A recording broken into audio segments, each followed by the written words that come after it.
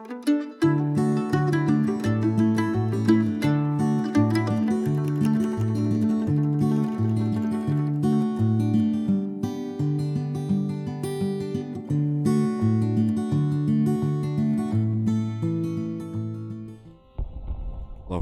and welcome once again. J76NY here, and welcome to the first episode, or the prologue, actually, of a brand new series on Grand Tactician, the Civil War. We are going to be starting a career as a Union officer. Being from New York, I am going to try and get a New York regiment to start out with. I'm going to be starting out as a regimental lieutenant colonel. I thought I'd do things a little different from the way I've seen other YouTubers do them, and most of them skip the questionnaire at the beginning of it, how your character is, I guess, designed and developed. I'm going to show that as the prologue. I have played through the questionnaire and a battle or two on my own just to kind of get a feel for the differences in operation and how the game works as compared to the standard game over here with the full armies and full campaign. It's a lot of questions, but I think we can get through that in a fairly decent amount of time. The first actual episode is going to be the 2nd of January, so it will be in a few days. Tomorrow's video is going to be I guess, I don't really want to say a surprise, but I'm going to be going over the plan for J76NY for 2025.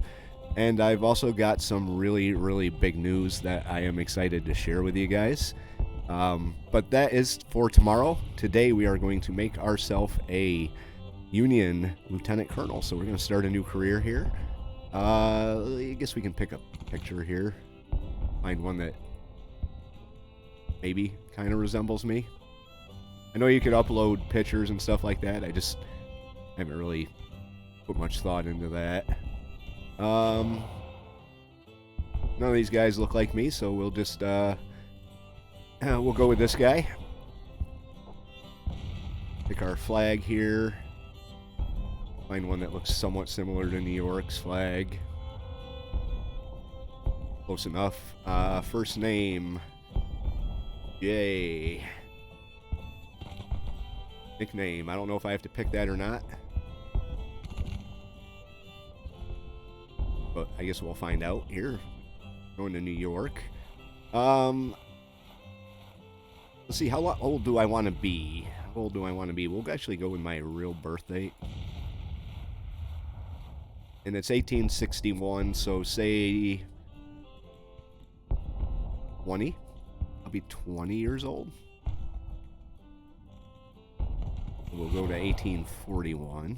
There we go. I guess the rest of this is just nothing. So we're going to start this here. Which of the following best describes your background? Now this is, I've found out this is not anything like asking what your political views are or what your own personal history is. It's more for this dude right here. So I was born in America and lived there. I was born outside of America but immigrated there when I was younger. I had a life outside of America, but the adventurer I am, I moved there to take part in fighting when the Civil War began. I am a professional officer from outside of America. I was born in America.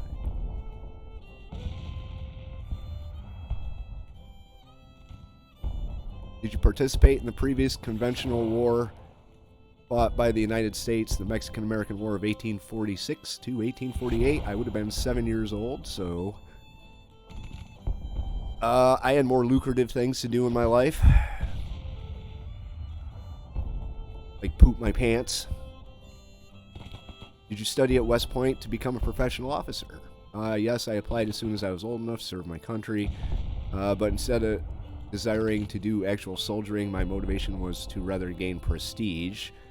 No, I did not. Instead, I used the 4 years I would have wasted at West Point to advance my civilian career. I worked on the farm. Or the canal, whatever. Up here in New York, we have a canal. I don't even remember when it was built, but whatever. When the Civil War began, how did you get your commission? When there was a call for militia, I volunteered, and I was soon elected to command. When there was a call, I used my personal prestige and money. Due to my political influences, I was offered a commission. I joined a state militia unit years ago and moved up the ladder thanks to my good status among the men of the unit. I volunteered and was selected to command. Which of the following best describes your motivation to fight the Civil War? I want to protect the Constitution, the values and rights I believe in. I want to fight to defend my home, my family, and loved ones. I want to experience new adventures and have an interesting career. We'll go with that one. Which of the following best portrays your reaction if during the war you were ordered to do something you thought controversial? I would keep my feelings to myself and carry out the orders, as is my duty as a soldier and an officer. I would demand a written order before following it through. That wouldn't be a bad choice. Cover your own ass, after all. I would object. I would tell the person in question that he's full of it and should commit such humbug himself. And then walk away, so I would be insubordinate. I'm going to cover my own ass on this one. How would you describe your relationship with religion? My life is all about serving a higher power. I attend sermon regularly, as one does. I'm not religious per se, but try to live according to ethical norms set my society by the religious community to keep me out of trouble. Sounds good. If insulted by a fellow officer, how would you most likely react? I would turn the other cheek, gaining the moral high ground. I would forgive them who trespass against me like I always do. I would abstain from punching the rascal and offer a fine set of insults back at him instead. That sounds good. I would avenge any insult tenfold, making sure the person would never again mutter a word against me. We'll go with that one. Which of the following pastime activities do you enjoy the most? Parties, wine, going out with my posse, and enjoying life to the fullest. You only live once. Social events where I can mingle with other people and exchange interesting thoughts. Reading books, constructing ship models and bottles, or other solitary activities where I can realize this is pretty close to me.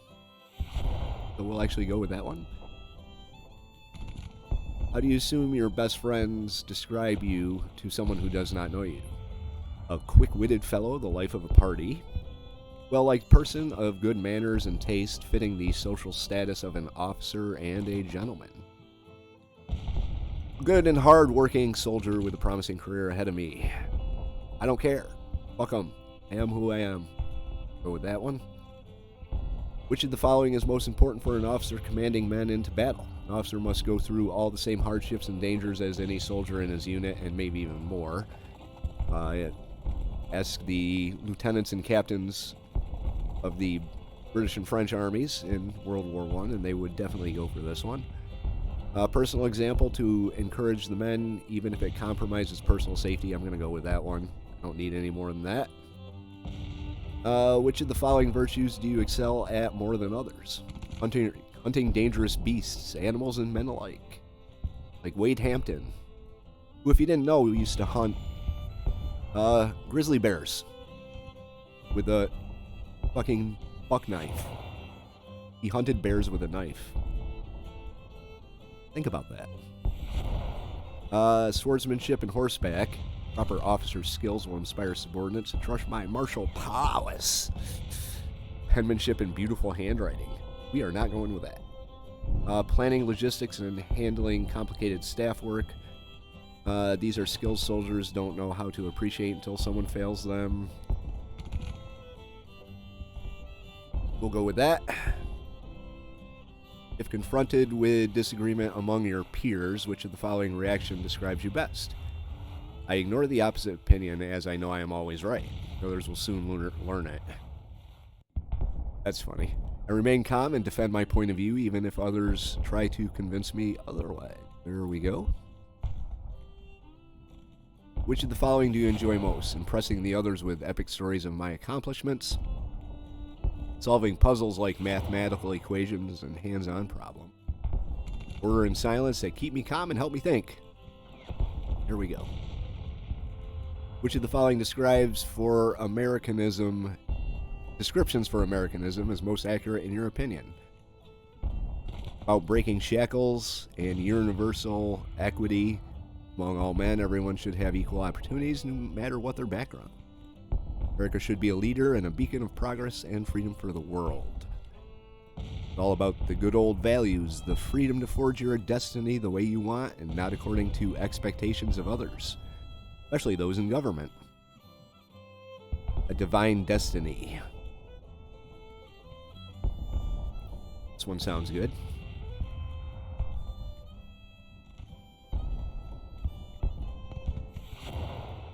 Okay. Oh. Guess this is the last question. Oh, maybe not. Which of the following, in your opinion, is the main cause of the terrible ordeal of the Civil War? Slavery. It's not very hard. Which of the following best describes the goals you have for your military career? I want to become an important and influential general admired by all. I want to serve my country proudly and, if need be, lay down my life for the benefit of others. I want to see the elephant. Anyone knows what that's supposed to mean, let me know in the comment section below. I want to have an interesting life full of adventures to see the world. Except I'm going to see Virginia, so we'll go with the first one. It's not the last question. If comparing military careers with other possible options, which of the following best describes its benefits? Social events, parties, and the admiring attention of the opposite sex. All this in a stunning-looking uniform. It's a stable job with sufficient wages and a sense of purpose. You get to see the world, to meet interesting people, and to kill them if required. I like that. We'll do that. Which of the following legendary American of recent times do you admire the most? John Brown, who bravely fought for equity among men. George Washington, the greatest general and the first president. Andrew Jackson, a great general and president who worked hard to preserve the Union of States. Or Zachary Taylor, a war hero of the Mexican War and a progressive president unwilling to yield to political pressure. I'm going to go with Jackson, see what happens. In your opinion, which of the following description best fits the nature of contemporary warfare? Modern weapons have such overwhelming firepower that it's almost impossible to overcome a well-prepared defensive position. It's all about maneuvering around the enemy's flanks and to cut his lines of communication, essential to win the battle before even fighting them. Nothing, in essence, has changed. It's still the well-drilled and disciplined lines of infantry breaking through the enemy, ultimately in a timely bayonet charge. War is nothing but a duel on a large scale. A dynamic, inherently unstable interaction of the forces of violent emotion, chance, and rational calculation. There we go. Your unit is advancing in open terrain and comes under fire from a well-covered position. The men refuse to advance. What do? I'd order them to fix bayonets and quickly charge across the open into melee with my hat and my raised sword. It's difficult not to follow such an example. Yeah, but how well did that work out for Armistead? I guess you could say it worked out for him. I mean, he got further than anyone else, but he also took a shot to do that. Would order a screen of skirmishers forward to engage the enemy while maneuvering the main body to a better position. Would fall back and find a way around to flank the enemy. And I would calm the men down and have them fire back. They couldn't hit an elephant at this distance. John Sedgwick said that. I think it was near Spotsylvania. They were getting plinked by enemy snipers, and all his men were cowering on the ground, and he rode up on his horse, and he said exactly that. What are you gonna do if you guys hide from Snipers, what are you going to do when you're under artillery fire? Besides, they couldn't hit an elephant at that distance. And shortly thereafter, he took a bullet right to the face.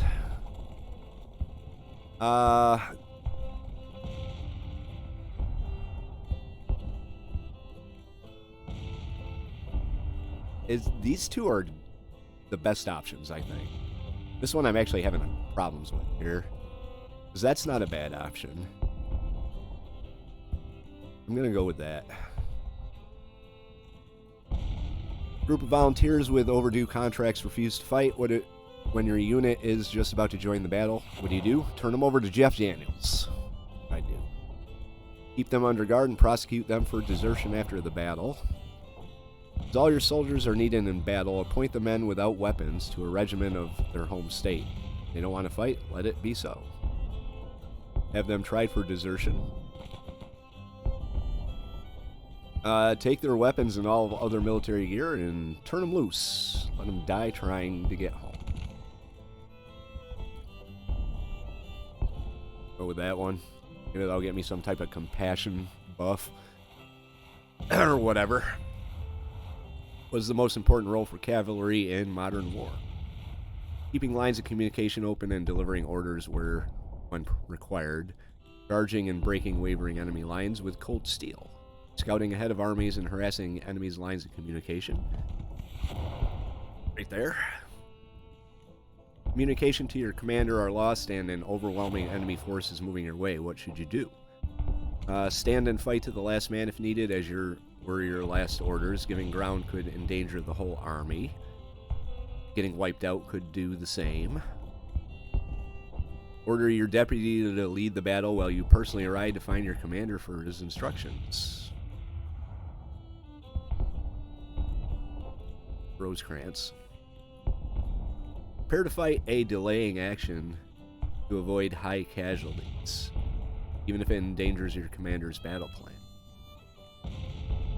Take this opportunity to prove your military prowess and charge the enemy head on.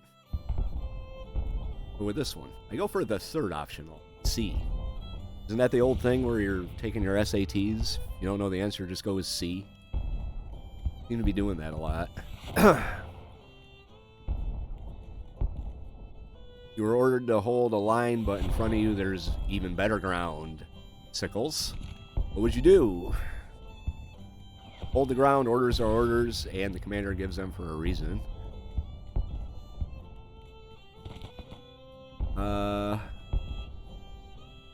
Send skirmishers and engineers to inspect it, and then propose it to the commander.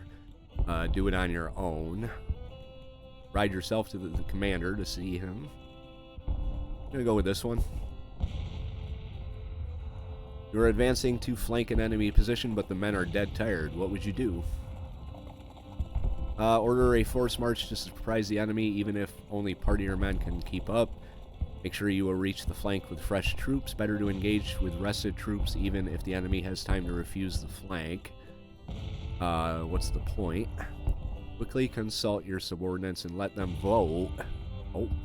Dismount and rush forward with drawn sword. Men of insert state here. On me, forward, forward. Their follow their beloved leader to hell if need be. Which of the following qualities is most important in an officer? Authority, as one needs to make the men follow orders and the rules, even if difficult conditions. Personal example, as the soldiers are more likely to follow someone into danger. The ability to think outside the box and not be predictable in battle. Quickly make decisions even if the situation is unclear. That could lead to mistakes.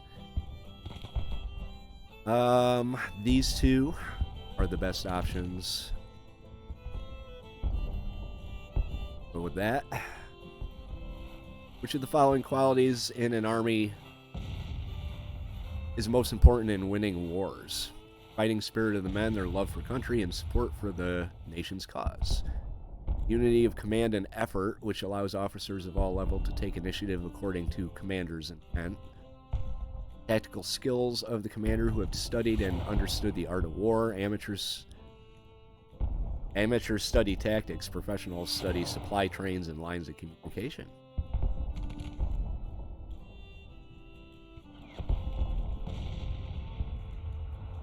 We'll go with C again. Which of the following tactical principles is most important in your opinion? Use of interior lines to quickly shift point of main effort to deal with enemy one piece at a time. Economic use of force to always have a reserve and to keep the men alive to fight another day. Prudent maneuvering, consolidating lines of communication and logistical nodes before advancing further. Surprise and violence of action are force multipliers that allow even the underdog to prevail against numerically superior enemies. Undertones of Chancellorsville there, we'll go there. This is the final question, and you will soon be in combat. If you could do only one of the following before marching out with your unit, which would it be? I would gather the men and say some inspirational words to motivate them. I would go to my home church and confess my sins. I would throw an unforgettable party to my friends. Let the wine flow like this is the last day of my life. It may well be. I would spend the time with my family and loved ones. Who knows when I'll have the possibility. This is my personal choice. I would do that. Alright. See what we have here. Questionnaire has been finished. Okay.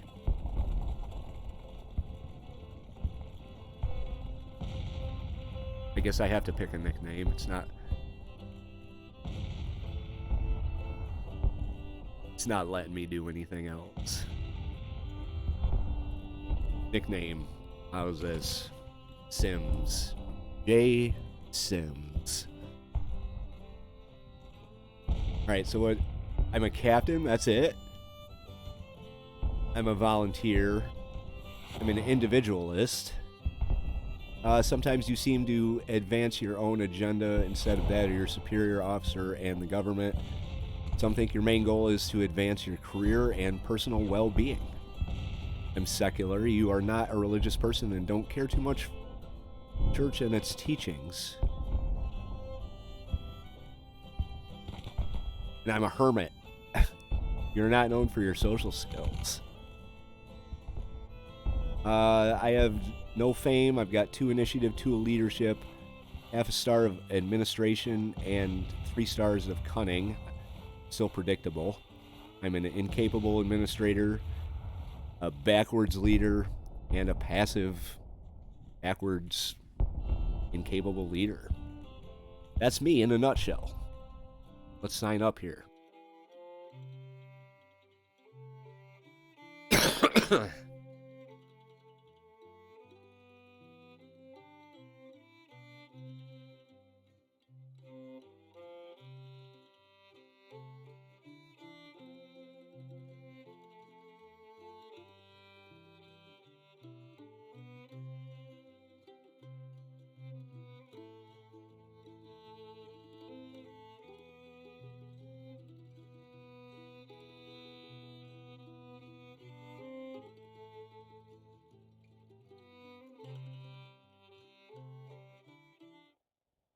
This step, secession, once taken, can never be recalled. We and our posterity shall see our lovely South desolated by the demon of war. Alexander Stephens, Vice President of the Confederate States of America. Chapter 2, The Demon of War. The election of Abraham Lincoln, an anti-slavery Republican, as the 16th President of the United States was... Okay. I have been granted the command of one of the following units. Wow, it's small writing. Right.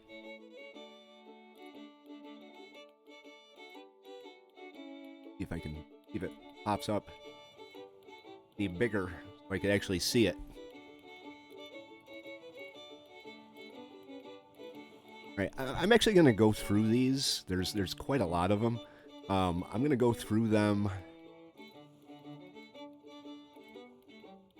I could get a brigade.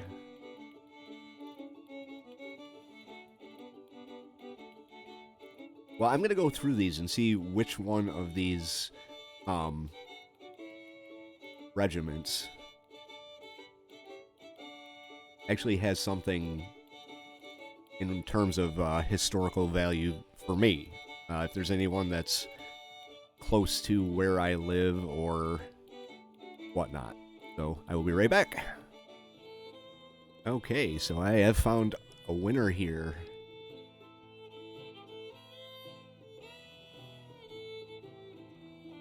Right here, the 13th New York Infantry Regiment, called the Rochester Regiment. I live 20 minutes outside of Rochester.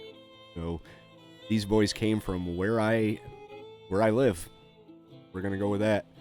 The 13th New York Infantry Regiment of 660 men is going to form up under the command of Captain J.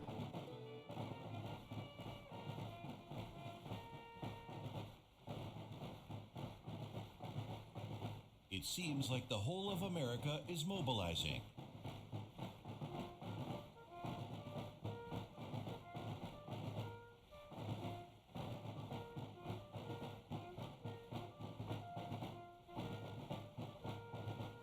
Men in great numbers from all corners of the country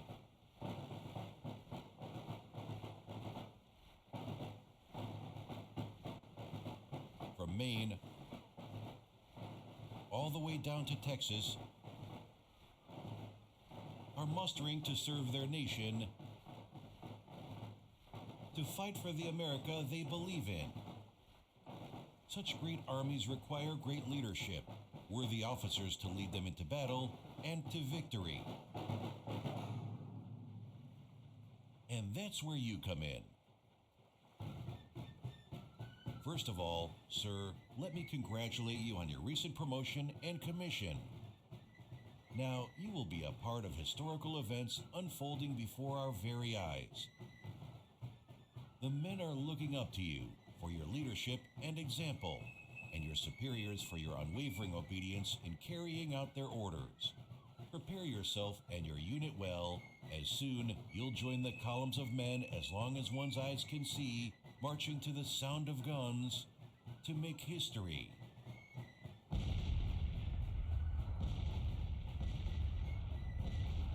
Do well, and maybe one day it'll be you commanding our great armies to victory.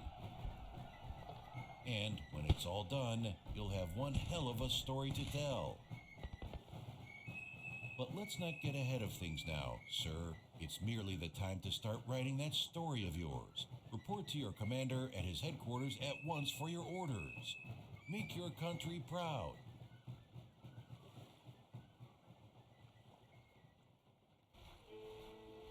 I most certainly will try. All right, so let's take a look at our organization here. Manage Army. It has been about a year since I've done any type of campaign anything on Grand Tactician. I did the historic battles, but excuse me, that's something else here. All right, so we are in the Armory of Northern Virginia under Irvin McDowell. Looks like we are in 1st Division under Brigadier General Daniel Tyler. That's us right there. Lieutenant Colonel J. I guess I got a promotion. And our brigade commander is none other than William T. Sherman. So if you're not familiar with the Whiskey and Lemons game, you can promote through actions. You get prestige by fighting in battles and accomplishing tasks like showing up. This is the camp that you can go to and manage what you do. This is the character screen here, but every character that you come across has this little thing here, which shows the relationship that you have to the commander. That can improve or get worse as you carry through actions. In my first battle, when I did my private playthrough, I did a bang-up job with my brigade, or my regiment, and the ones that were kind of like this, I got a buff for it, let's just say. I impressed a lot of people, including Colonel Sherman, my brigade commander. We are in the 3rd Brigade. But you can also use prestige to buy promotions, which I did, and I kicked him out and took over the whole brigade, which pissed him off. So I'm going to try and avoid doing that, at least. I mean, if I'm going to take over a brigade, I want it to be the brigade that I'm in, but I don't want to take over Sherman's brigade because I like Sherman. I don't want to piss him off. Some of these other people, I could request a transfer to them, but I'm going to stick with Uncle Billy here. First things first, let's upgrade. Let's upgrade our weapons. We don't need a lot because we only have 660 men. Right now we've got Springfield rifled muskets. They have a range at 250 yards, 2.5 rounds a minute. The only thing we can really do is upgrade to the Mississippis, which has 500 yards and 2.5 rounds a minute. I think it's also a little lighter. Yeah, a little bit. So we're going to upgrade to the Mississippi rifles right off the bat.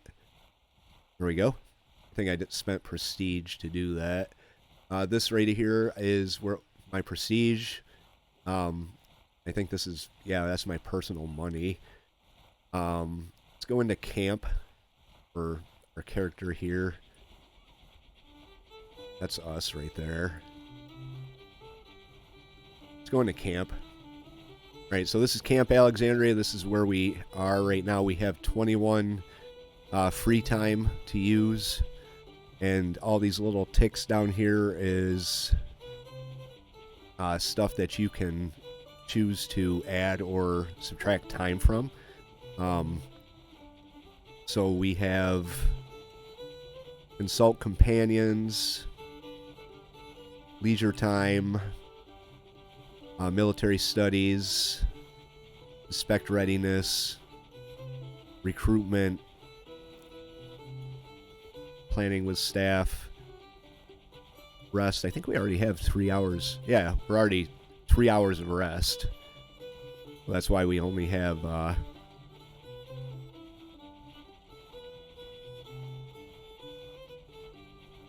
yeah, we can't decrease that at all. Drill the troops. I'm going to spend 3 hours a day drilling the troops.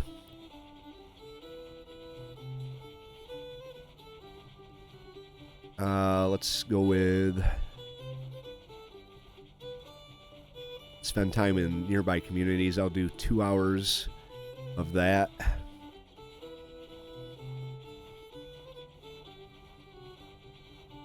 Planning with staff. It's not letting me select it. I wonder why. Oh, I don't have a staff yet. Engage in politics. Consult subordinates. Military studies. We'll spend 2 hours a day. 3 hours a day on military studies. What's this? Inspect readiness. 2 hours a day inspecting the readiness. We have 11 left to spread around here. Motivate the men. Inspect logistics. 2 hours a day. I'm just going to set these to exercise the troops. We'll spend 2 hours exercising the troops. We'll engage in politics for 2 hours. Why not? I know there's certain things that you have to do in order to get certain perks here. So we've still got 5 hours a day. Leisure time. We'll go with 2 hours of leisure time.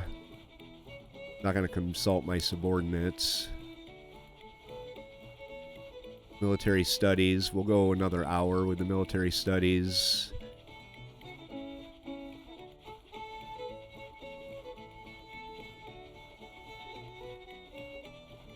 Go another hour of rest. Then another hour of drilling the troops. Alright, so that's the camp. That's where you can decide how to spend your free time. There we go. That's what I was looking for. 445 prestige. This is our promotion bar. Our rank progress is 0. No, you can,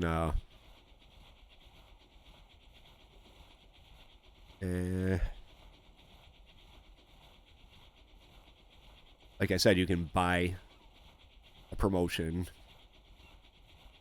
once you get your prestige up. Let's pick... Get some stuff for ourselves here.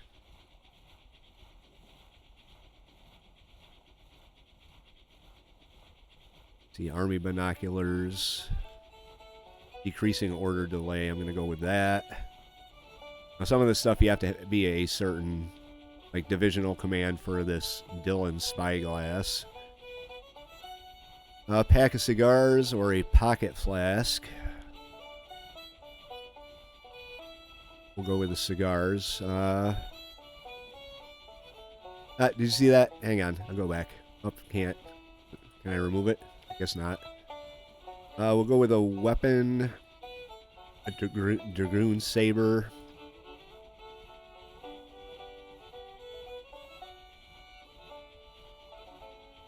In the 1861 Savage Navy. Now we get to pick a horse. We could go with Plains horse. It's a horse. It gets you places. And it's cheap. Or I think that's an artillery horse.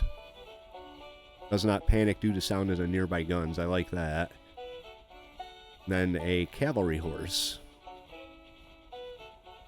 Go with the artillery horse here. I guess we can pick our uniform. Artillery kepi. Cavalry kepi. Infantry kepi.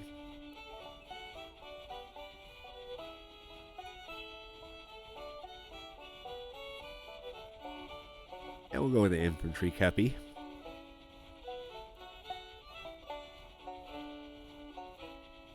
Short blue jacket.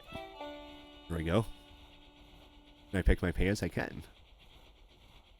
I can pick my face too, apparently. Uniform trousers. Cavalry trousers. There we go. Get us some boots. Maybe I can't pick my face. No, that's not face. Alright, so I'm a faceless, well-dressed gentleman on a nice horse with a sword, a gun, some cigars, and some binoculars. Alright, our headquarters, we can pick our staff. As our adjutant, hang on a second here. Whoops.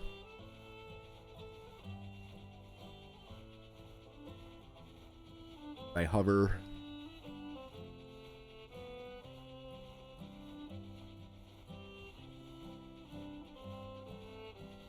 Virtue of this position can only be taken. I guess it doesn't matter here. Let's pick someone.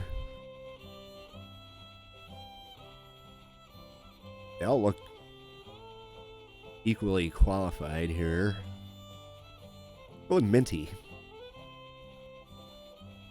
I don't know why he's cheaper. Whoops, I did. Can I remove him? Yep, I can.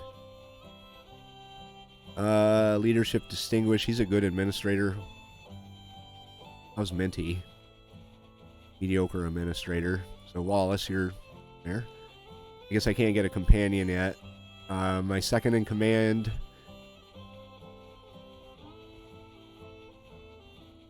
Let's take a look at who we're mediocre administrator liked. He's cautious, but unpredictable. Mediocre administrator, cautious, liked, predictable. Liked, predictable. Predictable.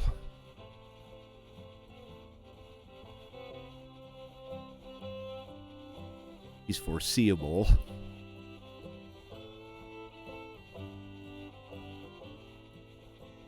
I'm going to go with him, because he's unpredictable. And then my quartermaster,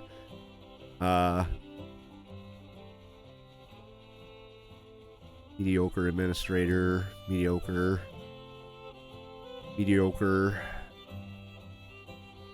They all suck.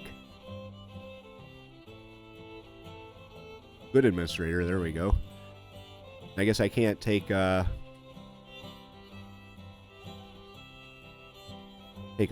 buddy yet. So this is what we can do here. Study operations in the education slot. These are kind of like the policies in the campaign where they take a certain amount of time to get researched. This is personality.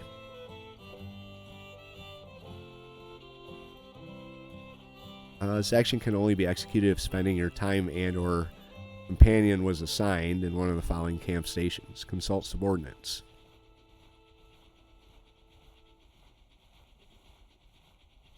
Study operations. Increases initiative by 10. Study leadership. Oops. I guess I'm doing that one. Increases leadership by 10, half a star. Alright, so that's going to take 31 days to complete. Military studies is what the influence it gives here. And you can only do one at a time. There's quite a lot of choices you can pick here, including wealth, which is fundraising. You can increase your money by 500. You could gamble. You buy stocks.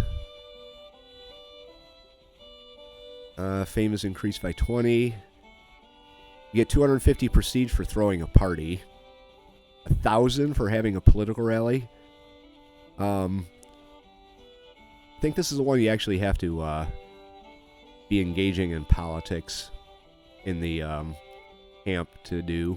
So we will go through these in greater detail as our little adventure here goes on. This is our biography so far. We were born. I had a successful business career in civilian life before the war. Mustered in with one of the volunteer regiments and was elected leader. Promoted to lieutenant colonel, assigned command of the 13th New York of the 3rd Brigade, 1st Division, Army in Northern Virginia. And these are the all the guys that we just assigned here.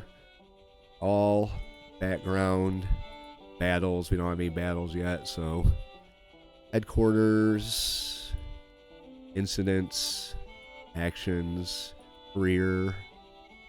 So that's the role-playing aspect of this.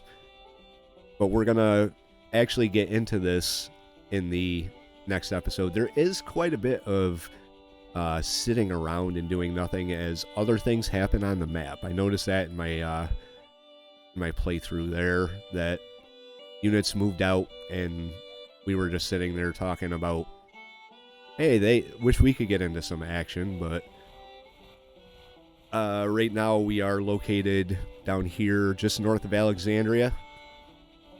We are guarding, I'm assuming, these railroad junctions going into Alexandria and up to Washington. So that's where we're going to start our war, in very much northern Virginia. And we'll see what the Confederates do. Anyway, being the first episode of a new series, if you want to help it get exposure with the YouTube algorithm and all that, and get pushed out to more people, hit the like button, leave your thoughts in the comments below. I know there was literally no action in this episode. It was just kind of like me filling out a survey and then picking my free time activities, but I thought that it would be nice for those that do not own the game and are curious as to what that questionnaire entails to have the opportunity to see it. Because I've always wondered myself until I actually did it. Because I've never actually seen anyone go through the questions on on their playthroughs. So I did, and I hope you liked it. If you did, hit the like button. If you want to follow along through this brand new career as a Civil War officer from New York, hit the subscribe, and we will pick this up in the true episode number 1. J76NY saying thank you very much for watching, and have yourself a very good day.